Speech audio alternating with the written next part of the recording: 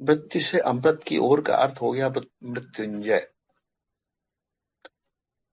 मृत्यु पर जिसने विजय पाली हो।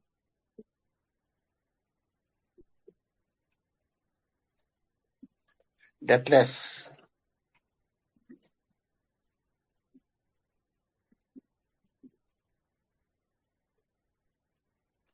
डेथलेस कौन हो सकता है? And what is death? मृत्यु की घटना में होता क्या है? वास्तविकता क्या है मृत्यु की?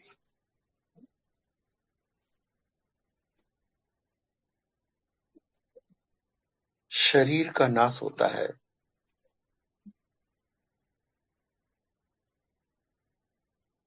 लेकिन अहंकार बना रहता है।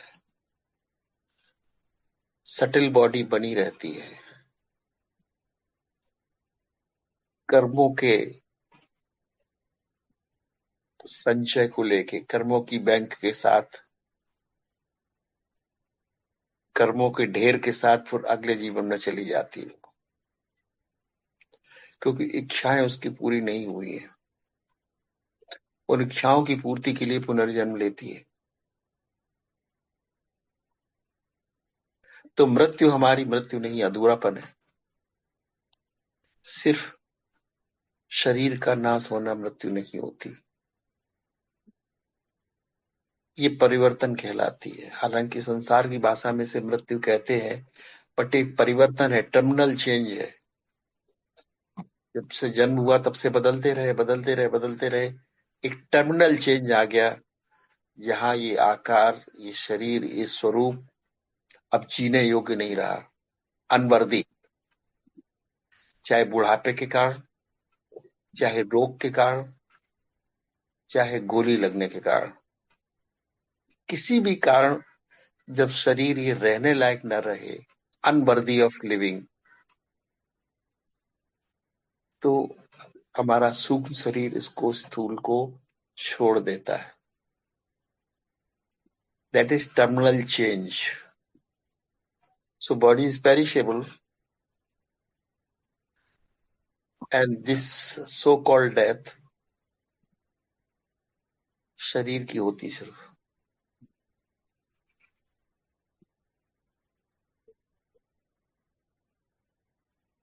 लेकिन अहंकार नहीं मरता है। इतना प्रबल है अहंकार। कहना बहुत सरल है, अहंकार से मुक्ति। जो देह की मृत्यु में भी जिंदा बना रहे, कितनी गहरी जड़ें हैं उसकी।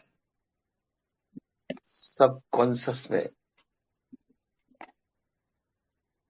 अर्ध चेतन मन में उसकी जड़ें होती हैं।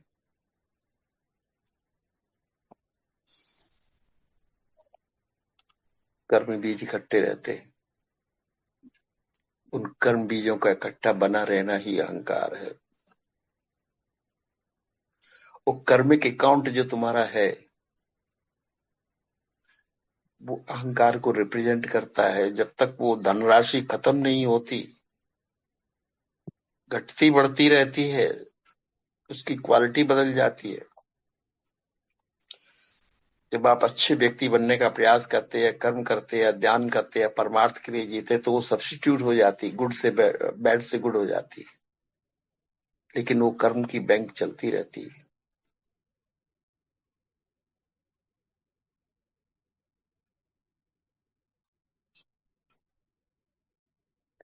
मृत्युंजय उसको कहते हैं जब आप उससे मुक्त पा लें।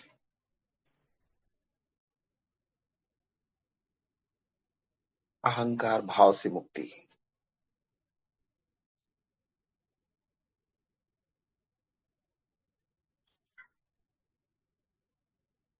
देह भाव से मुक्ति पर्याप्त नहीं।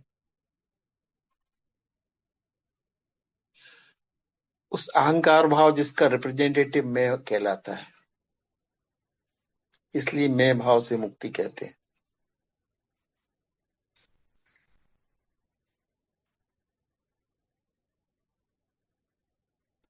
और उससे अगर मुक्ति हो जाए, तब हम मृत्युंजय कहलाने लायक बनेंगे, तब तक नहीं।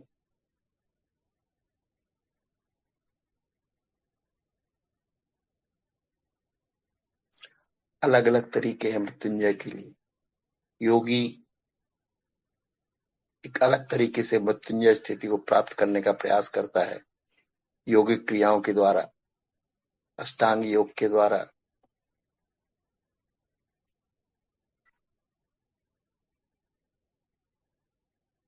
कोई जप और तप के द्वारा करता है, मनन के द्वारा करता है। कोई निष्काम कर्म भाव से करता है। निष्काम कर्म भाव का अर्थ है कि जो कुछ हमारे अंदर जमा पूंजी है कर्मों की, तो कर्म तो करना पड़ेगा, लेकिन वो कर्म तुम्हारी सेवा हो जाए, और अब कोई कामना नहीं बची कि आगे हम कोई कर्म में एडिशन करें, जोड़ें।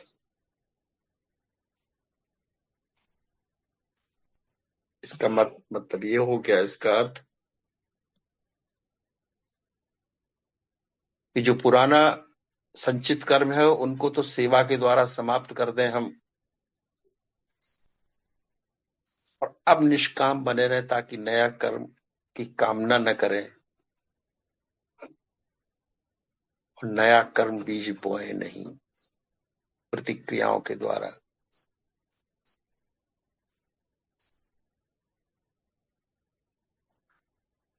ऐसा कोई कर्म न करें जो प्रतिक्रिया पैदा करे।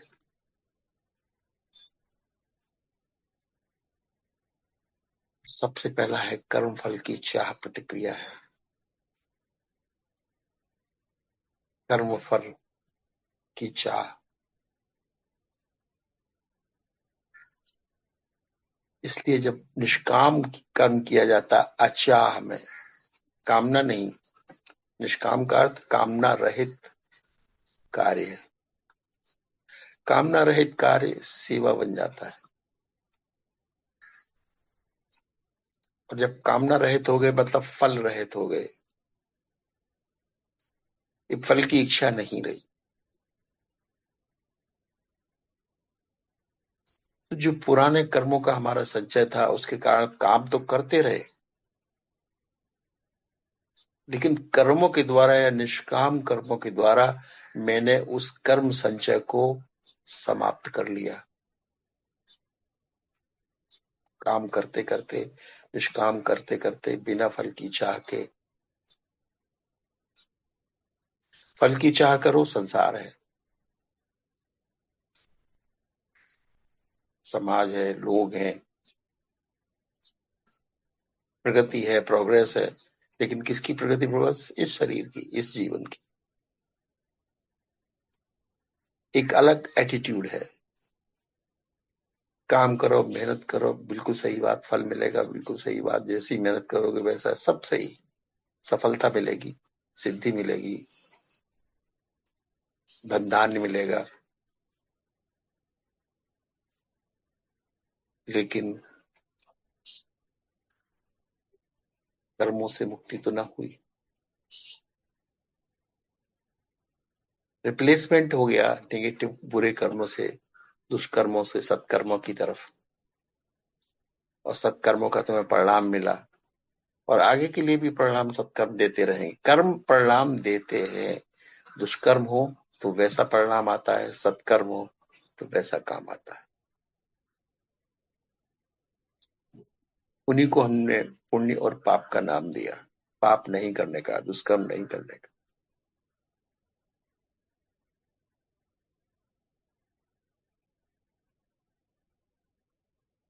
लेकिन अगर मृत्युंजय होना है,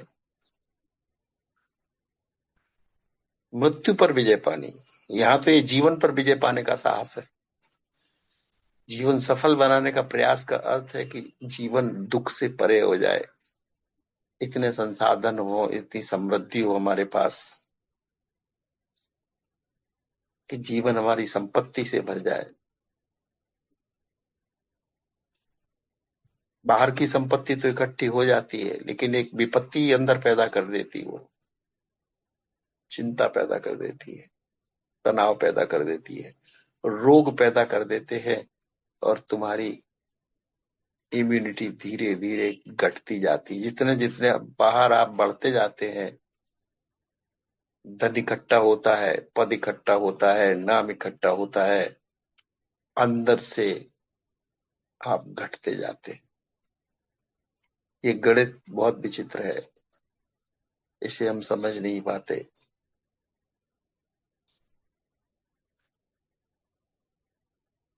और जीते चले जाते हैं बाहर की चमक में, क्योंकि हमारा सोचने का, रहने का, जीने का केंद्र बाहर है।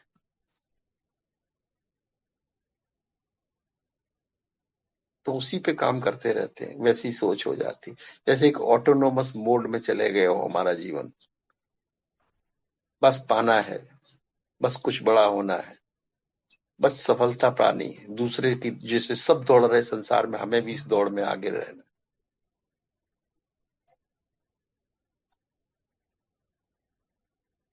सुख पाना है, संपत्ति पाना है, या संपत्ति के द्वारा सुख पाना है।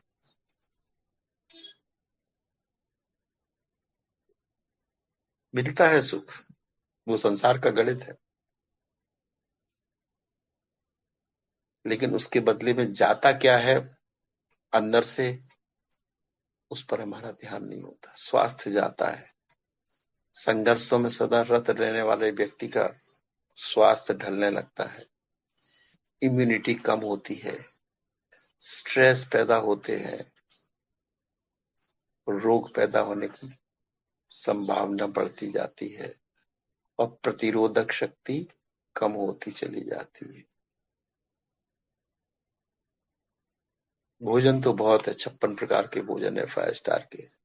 खाने की क्षमता तुम्हारी नहीं रह गई, डायबिटीज हो गई, ब्लड प्रेशर हो गया, खा नहीं सकते। इन रोगों के साथ फिर आप कैसे जी सकते हैं? सबसे सुंदर जीवन तो स्वस्थ जीवन होता है। भाई पेट खाली हो और अगर आप स्वस्थ हैं, उस जीवन की क्वालिटी सदा बेहतर है इसकी अपेक्षा कि आप माला माल हो और खाने की क्षमता न हो आप में। इतने ज्यादा रिस्ट्रिक्शंस हो जाए आपके भोजन पर, इतने ज्यादा रिस्ट्रिक्शन हो जाए आपके स्वास्थ्य पर, आप सो ना सके, इतने धंधान, इतनी मीटिंग, इतनी कॉन्फ्रेंस कि विश्राम करने का समय भी नहीं है आपके पास। न दिन में कभी आधा घंटा 1 घंटे का विश्राम किया, और न रात को ठीक से नींद आई, भले 5 स्टार होटलों में रुके, डिसेंट से डिसेंट इंटीरियर कराया, करोड़ों रुपए खर्च किए, घर बनवाया, लेकिन नींद गायब हो गई, भूख गायब हो गई। नींद और भूख के गायब होने से जो हमारा लाइफ का स्तर जो सफर करता है, उसको बाहर का धन, पद, प्रतिष्ठा और नाम भर नहीं सकता।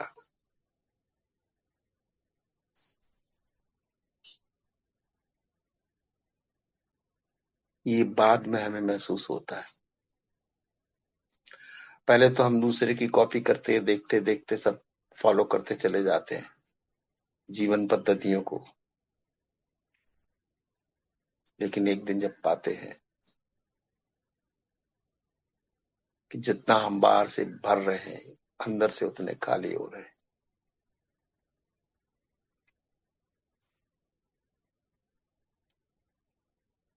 दुनिया का गणित भी बहुत विचित्र है जीवन का, जल्दी समझ में आता नहीं, क्योंकि हम उलझ जाते हैं, ध्यान हमारा इतना बटा रहता है।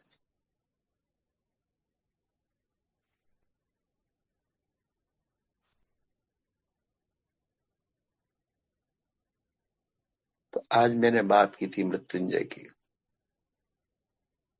जो हमारी प्रार्थना का तीसरा शब्द है, मृत्युर्मा अमृतम गमय। मृत्यु से अमृत की ओर, फ्रॉम डेथ टू इमोर्टैलिटी का अर्थ है मृत्युंजय। और मृत्युंजय तभी हो सकता है जब ये जो सूक्ष्म शरीर है, ईगो है, वो दोबारा जन्म न लेने पाए, वो पुनर्जीवन में हमें ढकेलने न पाए, वो चिंता में हमें पुश न कर सके।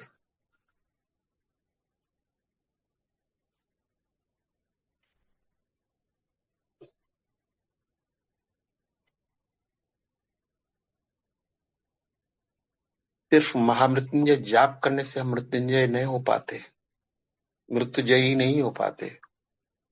अहंकार के ऊपर जब,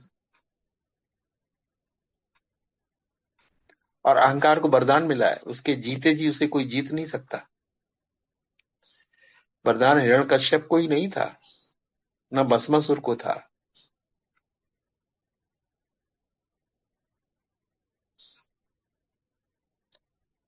अहंकार को वरदान है कि जब तक वो जिएगा तब तक हम मरते रहेंगे, शरीर धारण करते रहेंगे, जन्म लेते रहेंगे, मरते रहेंगे, सिर्फ अहंकार की खातिर जीते चले जाएंगे। अहंकार जीता चला जाएगा। हम तो जन्मेंगे और मरेंगे, शरीर तो जन्मेगा और मरेगा, अगर हम शरीर है तो।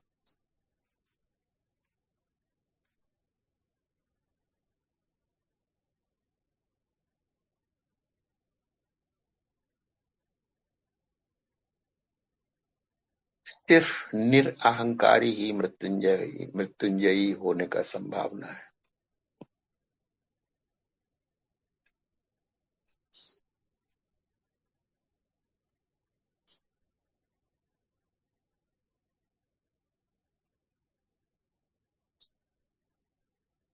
ब्रेन की जब एनालिसिस की गई, ईईजी किया गया,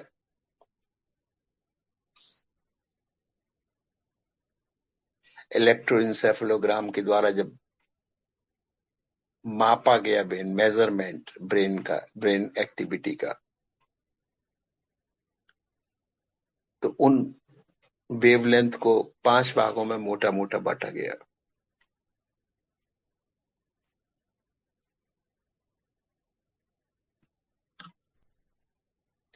जो सामान्य काम करते हुए हमारी स्थिति होती है, उसे बीटा कहते हैं। सामान्य बोलचाल की भाषा, सामान्य कार्य करते रहे, बीटा फ्रिक्वेंसी रेंज कहते हैं उसको।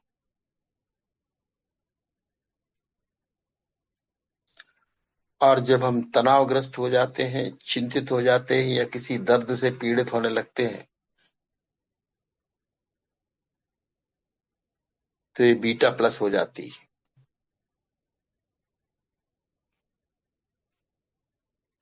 जिस तरह का आपका चिंता होगा, जितना गहरा भय होगा, डर होगा, क्रोध होगा, वो beta plus plus plus plus होती चली जाती है।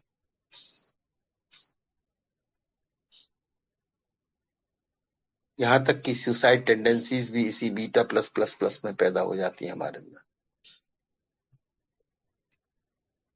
जीवन व्यर्थ है, रहने जैसा नहीं है, ये भाव भी उसी बीटा प्लस में पैदा होता है। और जीवन व्यर्थ है तो इसे जीने का कोई मतलब नहीं, ऐसे चलते जाने का मतलब नहीं, ये भाव भी बीटा प्लस में ही पैदा होता है। ऐसी मानसिक स्थिति हो जाती कि उस तरह के भाव जन्म लेने लगते तुम्हारे अंदर, और तुम्हारा कोई बस नहीं उन पर।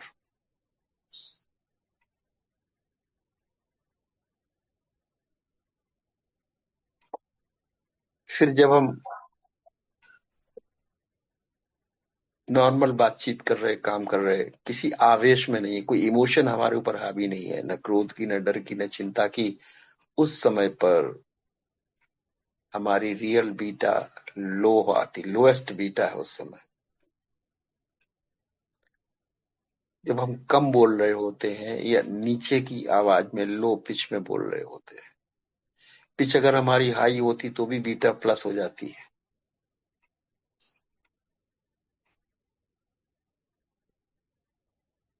दर्द में भी बीटा प्लस, किसी भी तरह की दर्द या बेचैनी होगी, हम बीटा प्लस में हो जाते हैं। हार्ट रेट बढ़ जाता उस समय। बीटा प्लस तो माइंड का मेजरमेंट है, लेकिन प्रोपोर्शनेटली पूरे शरीर पर उसका परिणाम होता है। लेकिन जैसे ही हम रिलैक्स हो जाते, जब भी हम कहते कि बीच में जब भी आपको समय मिले, आपकी शिकायत है कि आपको समय नहीं मिलता, काम बहुत ज्यादा है। मैं कहता हूं 10 मिनट का भी अगर टाइम मिले तो पानी का गिलास लेके बैठो, विश्राम पूर्ण अवस्था में आ जाओ, रिलैक्स हो जाओ, लंबी गहरी सांसें लो, 2-4 घूंट पानी पियो और जस्ट ऑब्जर्व करो अपने आप को, संसार को नहीं, काम को नहीं, अपने मन को ऑब्जर्व करो, भावनाओं को ऑब्जर्व करो, विचारों को ऑब्जर्व करो, बिहेवियर को ऑब्जर्व करो कि पिछले 2 घंटे में हमने किस तरह का बिहेवियर किया, क्या क्या विचार आए, क्या क्या वाणी बोली, संयमित थी क्या, संयमित व्यवहार था, संयमित वाणी थी या संयमित विचार थे। क्योंकि जब आप बाहर के बारे में अवेयर होते हैं तो अंदर की अवेयरनेस चली जाती है। तो फिर क्या क्या विचार आए उस पर आपका कोई नियंत्रण नहीं रहता। जब आप देखेंगे नहीं तो नियंत्रण कहां से करेंगे। वो नियंत्रित होते सिर्फ दृष्टा भाव में, करना कुछ नहीं, कोई नियंत्रित कर नहीं सका क्योंकि वो भी नेचुरल प्रोसेस है।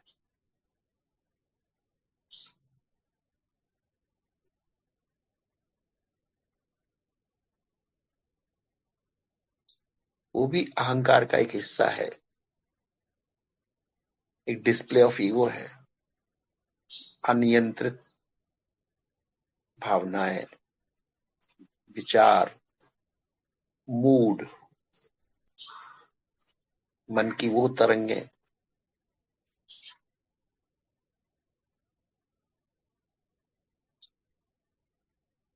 और वही तुम्हें बीटा प्लस में ले जाती हैं। लेकिन जैसे ही आप रिलैक्स हुए, दृष्टा हुए, इमीडिएटली आप अल्फा में आ गए। अब देखिए आपकी कैसे चेंज हो गई केमिस्ट्री अंदर की। शांत होते हुए बाहर से आंखें बंद की, अटेंशन को बाहर नहीं लिया, अंदर लिया और माइंड को ऑब्जर्व करने लगे, दृष्टा भाव में आए, आप इमीडिएटली अल्फा में स्विच ओवर हो जाते। इमीडिएटली, वक्त नहीं लगता ज्यादा देर, 5 या 10 मिनट में आप बीटा से अल्फा में आ जाते हैं, सिर्फ दृष्टा भाव में आते ही एक दरवाजे खुल जाते हैं जो बंद था जब आप बाहर थे। अटेंशन बाहर था, संसार में उलझे हुए थे। कृत्य कोई भी हो, छोटा हो बड़ा हो, घर का हो, लेकिन अटेंशन तो, अवेयरनेस तो बाहर थी। अब अवेयरनेस अंदर आ गई, आप वही है, लेकिन अवेयरनेस अंदर दृष्टा बन के जैसी देखा, माइंड को ऑब्जर्व किया, भावनाएं धीरे धीरे संयमित होने लगी, विचार अपने आप संयमित होने लगे।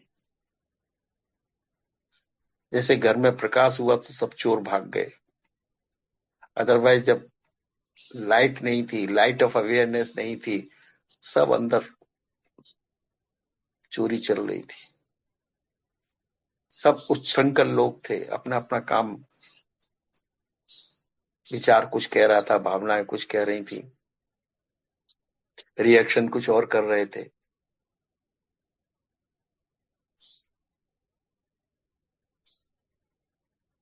तमाम खेल चल रहे होते अंदर, बड़ा उपद्रव है अंदर तुम्हारे,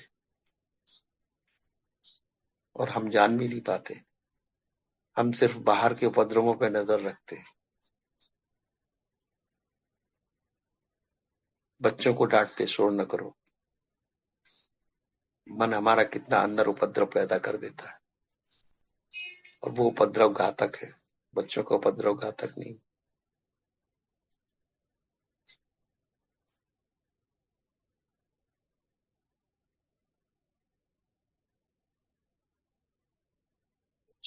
और जब निष्ठा भाव हमारा गहरा होता है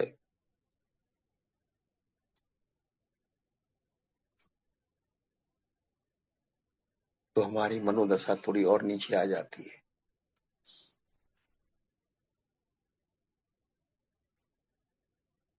थीटा वेव्स, जब हम मेडिटेशन में हो जाते हैं।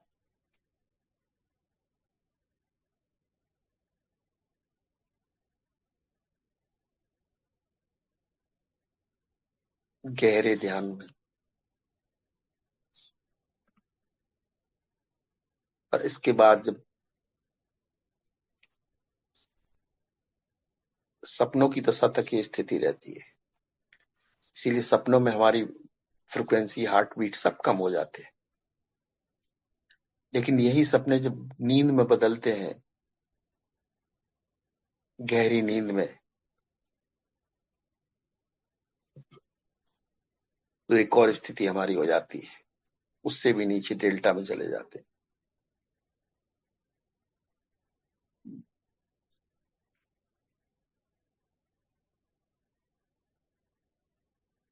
और ये वो स्थिति है जब हमारी इम्यूनिटी मैक्सिमम होती है।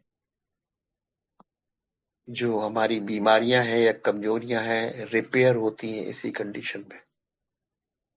हमारी इम्यूनिटी, प्रतिरोधक शक्ति, जीवन की या जीवन शक्ति जिसे कहते हैं, वो जितना भी डैमेज दिन में आप करते हैं उसका रिपेयरिंग करती है। इसीलिए डॉक्टर लोग हॉस्पिटल में सुलाने की नींद की गोली देते हैं पेशेंट को। ट्रीटमेंट तो गोली करती है, लेकिन रिकवरी होती है उसकी नींद में।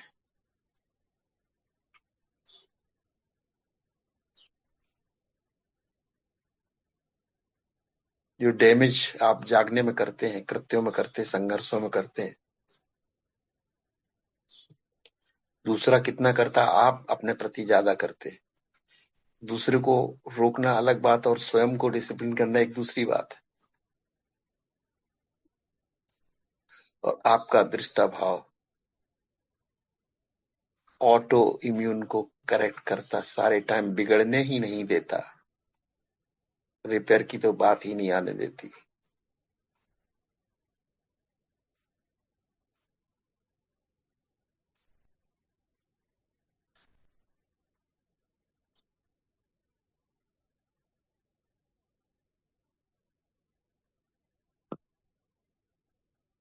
और फिर लास्ट स्थिति होती है जब हम सदा अवेयरनेस में हैं, जिसे हम तुरी कहते हैं। वो मृत्युंजय की स्थिति है। इतनी सद जाती है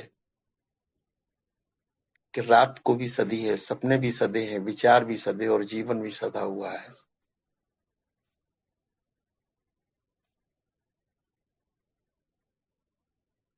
और बाहर का जीवन तो मैं कहता हूँ 20% अवेयरनेस में सद जाता है। अंदर के लिए चाहिए 80% अवेयरनेस की जरूरत, क्योंकि गड़बड़ियां अंदर होती। बाहर का व्यवहार की जड़ भी अंदर है।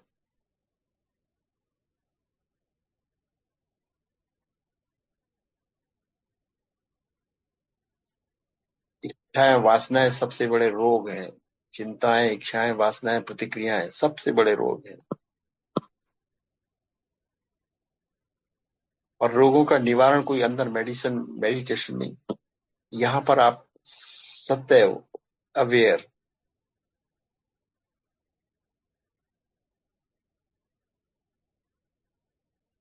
लास्ट में आपके दो पक्ष हो जाते बट के, एक तरफ है ईगो और एक तरफ है अवेयरनेस। टग ऑफ वार है सारे टाइम, कौन अपनी तरफ खींच लेते उस रस्सी को।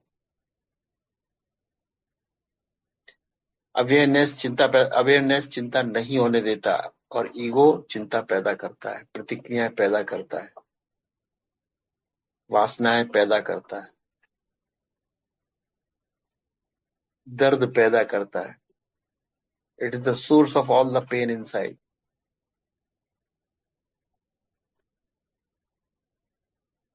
हम जान ही नहीं पाते कि अब कितना घातक है अहंकार, किस किस चीज के लिए जिम्मेदार है अहंकार।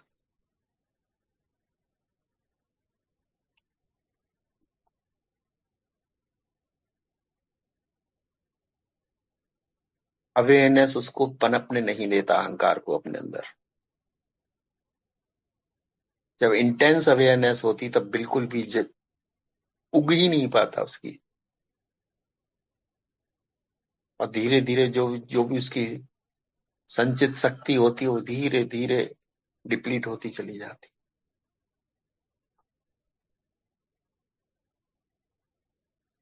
जब ये अहंकार शून्य हो जाता, अहंकार मुक्त, और ये बना रहते शून्यता की स्थिति, या हम अपनी डीप अवेयरनेस से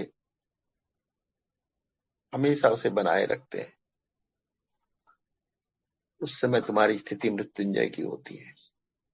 क्योंकि अहंकार न रहा, अहंकार पर विजय मिल गई, तब आप मृत्युंजय हुए। अहंकार मुक्ति ही मृत्युंजय है। और इस स्थिति को हमने साध के रखा है।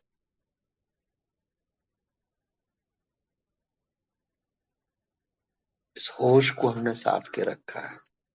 दिन भर कृत्य इंपॉर्टेंट नहीं थे, या कृत्य 20% होश में संभल जाते सब, लेकिन अंतर 80% की होश की हमें जरूरत है अहंकार पे विजय पाने के लिए।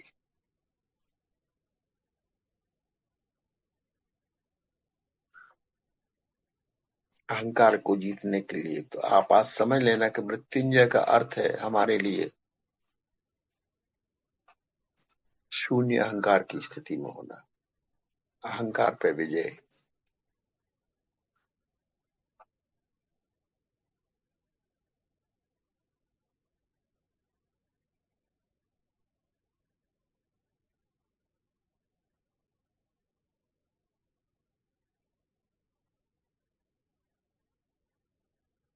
अहंकार पे जब विजय होती तो पूरा आप ब्रह्मांड से जुड़ जाते उस समय। फिर आप व्यक्ति से नहीं जुड़े होते, शरीर से नहीं जुड़े होते, उस स्थिति में आप ब्रह्मांड से जुड़े होते हैं। इसीलिए कहा जाता है कि अहम ब्रह्मास्मि, तब आप ब्रह्म होते हैं, जब आप ब्रह्म से जुड़े होते हैं। जब तक आप इस शरीर से जुड़े हैं, इस मेरे से जुड़े हैं, तब तक आप ब्रह्म नहीं, तब तक आप व्यक्ति हैं।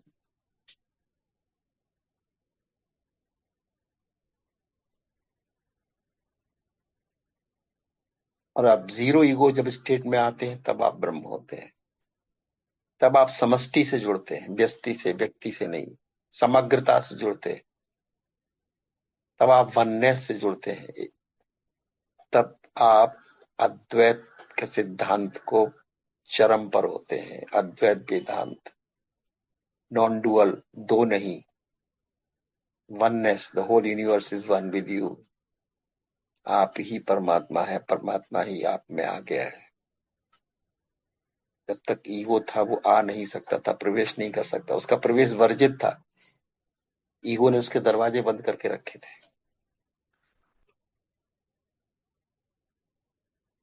जितना जितना ईगो कम होता चला गया, परमात्मा प्रवेश करता गया। लेकिन प्रकट तब होता है जब ईगो शून्य हो जाता है।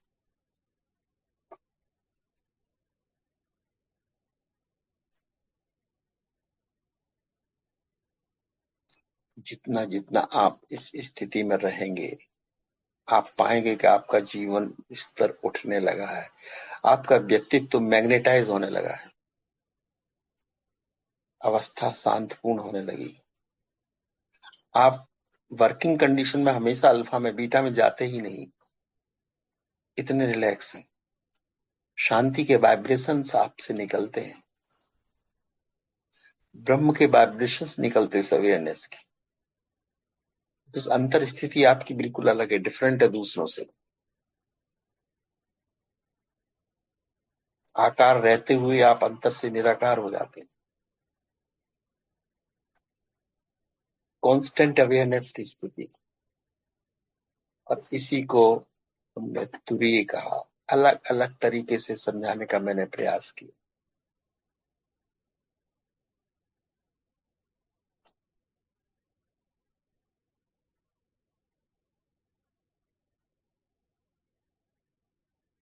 टोटल अवेयरनेस, ध्यान के माध्यम से हम अपने अंतर में उतरे। ध्यान माध्यम था जिससे अटेंशन अंदर गया, नहीं तो बाहर भटका हुआ था वो।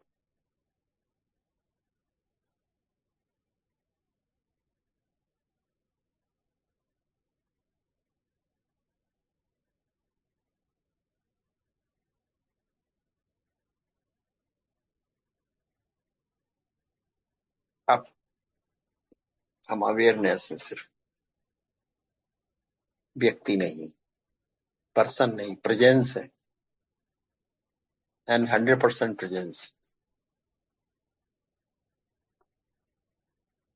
अब इस व्यक्ति के इंस्ट्रूमेंट का यूज करेंगे इस संसार में, उसका इस्तेमाल करेंगे, मन के इंस्ट्रूमेंट का इस्तेमाल करेंगे। अब वो हमारा इस्तेमाल नहीं कर पाएगा, वो हमारा मास्टर नहीं है अभी। You are the master. Ego master नहीं है। ईगो ड्रिवन लाइफ नहीं रहेगी आपकी अभी, अवेयरनेस ड्रिवन लाइफ रहेगी। दो ही ऑप्शन आपके पास है, either it is to be ego driven और awareness driven life.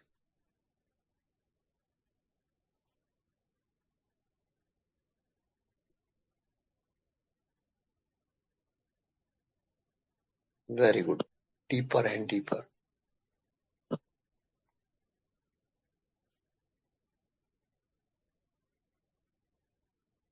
so that you are perfectly still and perfectly peaceful as much as possible. And awareness does this trick. It takes you to the deeper level.